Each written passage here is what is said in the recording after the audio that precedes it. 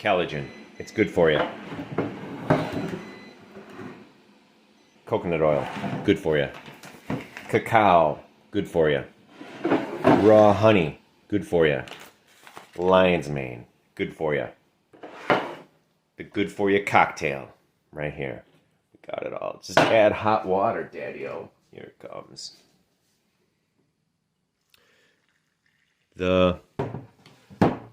So I'm taking all this stuff medicinally, and that's why I'm not drinking a lot of it, making a huge cup. And as I'm taking this stuff medicinally, I started looking at these plastic bags. This is probably legitimate, but all the plastic bags these things came in, this plastic container, collagen. I didn't boil bones to get that. That's just this is all dried powdered junk. This is all processed food. All of this. It's all processed. Even this raw honey is processed. I mean, it's at least separated from the wax and poured in a jar. It's probably the only one that's not a harmful process. But all these things that have been turned into powders, it's just processed food. It's completely probably dead. It's devoid of all soul. It's been imprisoned in the food powder industrial complex. Bottoms up, sucker.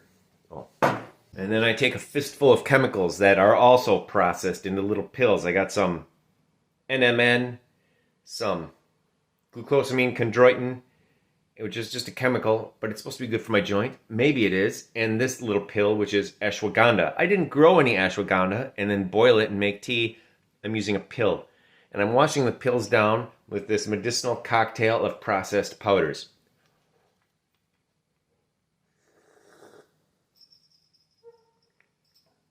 I think there's something wrong with America. One time, I was a delivery guy, and I went to pick something up at a food warehouse. And this warehouse was aisle after aisle after aisle of sealed cardboard boxes with sealed plastic bags inside the cardboard boxes of all nondescript powders. It was all powders. Everything in this warehouse was a cardboard box full of powder. And all those powders were going to food factories.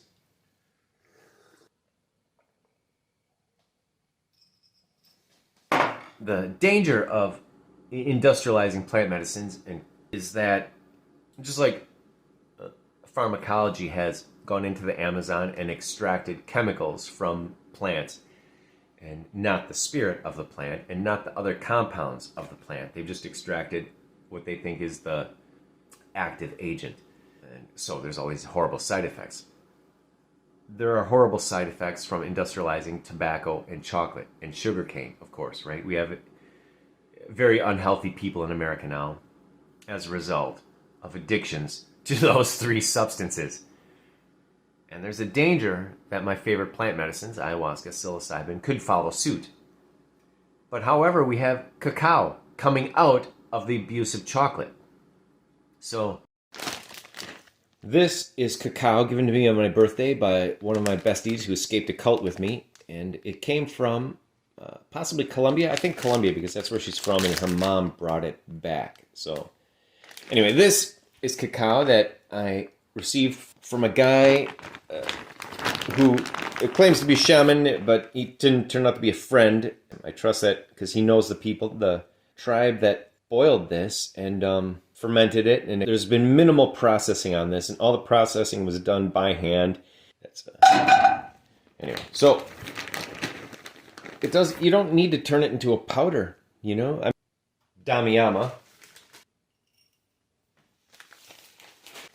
mugwort, blue lotus. This is the most expensive of all plant medicines, second only to saffron, and I don't know the purposes of saffron. Great for dreams. So this is a mugwort, Damiama, blue lotus dream concoction. I'm going to make tea to make cacao.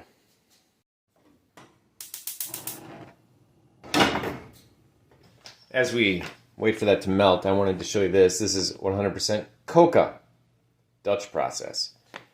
This is good chocolate. I dip bananas in here, or I sprinkle this on vanilla ice cream. What's the difference between cacao and coca? It turns out there's no difference. There may be a difference in the process, I guess, somehow. Maybe you can say cacao comes from Latin America, South America. Coca comes from Africa, but most cacao comes from Africa as well. And why is cacao more of a plant medicine than cocoa? They used to just talk about chocolate being so great for your heart, dark chocolate, good for your heart. Sugar cane used to be a plant medicine. And then we killed all the Arawak Indians and conquered Jamaica and turned the plant medicine into poison, just like we did with tobacco. You can say the same thing is done by Nestle and Hershey's with chocolate. Probably even Ghirardelli. Okay, why is this so high? So I'm trying to turn this down. I have very little water in here because I wanted to use the tea, but I don't want to boil the tea because I don't want to destroy the compounds in the plant medicine. Delicate process. So while I wait, why don't I pour one of my other favorite plant medicines? Another one that's been captured and abused for millennia. We used to use this to purify water. I suppose it had other benefits, cleansing benefits, and then we just used it to get drunk, and that's all we know it as for millennia. As soon as something is conquered by the civilized agricultural world, it's dead. Now you might say, but Scrouse, what you're doing is a process. How can you be bad-mouthing processes when you're making a process right now as we speak? Yep. Alright, Cave Dweller, I'm sorry I just poured the tea in without you participating, and now it's so runny it's like broth. So I guess this is cacao broth that I just made. I don't even know why people have cacao ceremonies, to be honest, but nevertheless, I do have fond memories of cacao ceremonies. And I don't know.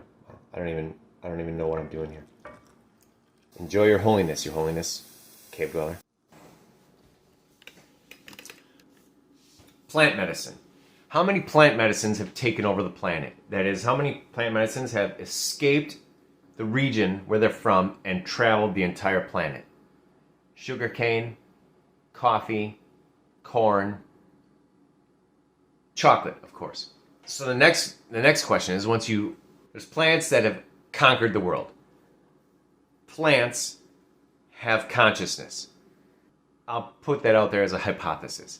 The ancients believed it, they understood it, and they operated with that as a metaphor that did really well for them until our metaphor of technology just started killing everything. So, what is their agenda? What do they want? Do they all want the same thing? Chocolate, almost immediately upon discovery, sugarcane and chocolate conquered the planet. Tea and coffee, the same thing. So, that is upon discovery by people with the means to transport it to other places. Why do these plants want to be in all of us? I have no answer to this. But the thing that started me thinking along those lines was a podcaster who studies the occult. He said, ayahuasca has just been on a tear going around the world. She's escaped the Amazon. And so the next question is, what's the agenda? So we're attributing agency to ayahuasca, and she wants to get in all of us. And I took that further, and I realized she, actually in an ayahuasca ceremony, under the influence of ayahuasca, so you could say ayahuasca told me that she is performing a counter-colonization. Colonization is actually what has taken chocolate and sugarcane around the world, and ayahuasca.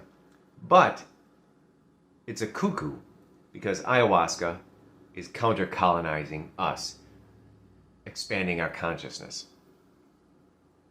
And so now cacao, formerly known as cocoa, is following in her footsteps. The effects of chocolate we might not notice because we consume so much of it, just like coffee. Once you drink it every day, you stop noticing it. It creates endorphins, good feelings. Maybe you could say it's a poor man's MDMA.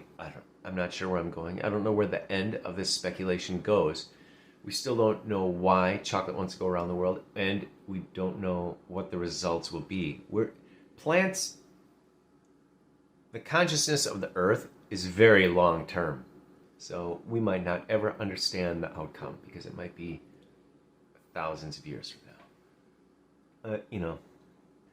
I have hope for the future.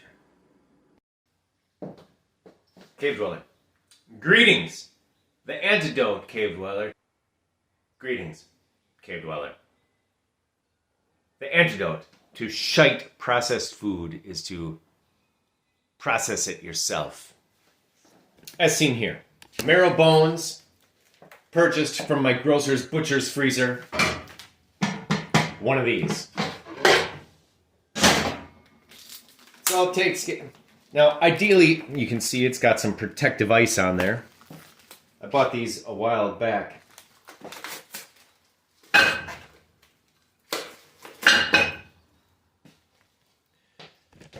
And today, I bought some new ones, and I was going to make those and these, and I realized, wow, I got a whole bunch of these. I should just make these, including the protective ice. Ideally, they would be wrapped in paper, similar to this. These are just to add water. I stopped at a cemetery today. It's St. Mark's, South Milwaukee, St. Mark's. They have a cemetery at this St. Mark's, and I looked through it, and it was chilling to see somebody born in 1873 and die in 1930. It's almost 2030. It feels foreboding. That's only... So I was born in 1970. If you follow what I'm saying.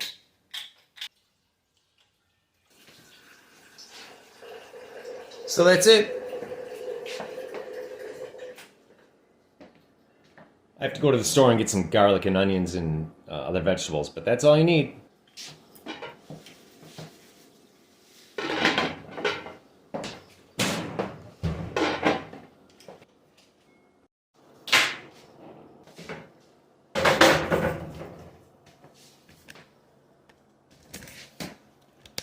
My understanding, this is the trifecta: garlic, ginger, and onions.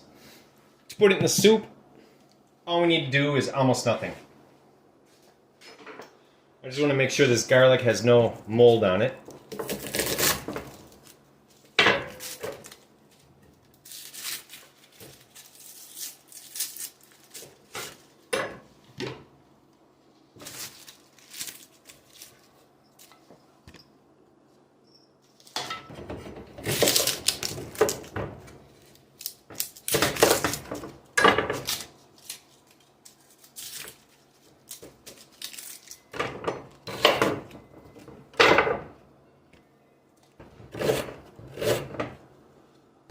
My pal Annie says, if it says 1 clove of garlic in the recipe, that means 6. I tend to agree. Except, I just go 1 for 1. 1 clove means 1 head. Alright, and so we got all the ginger, garlic, and onions of the trifecta. And we just wait 24 hours.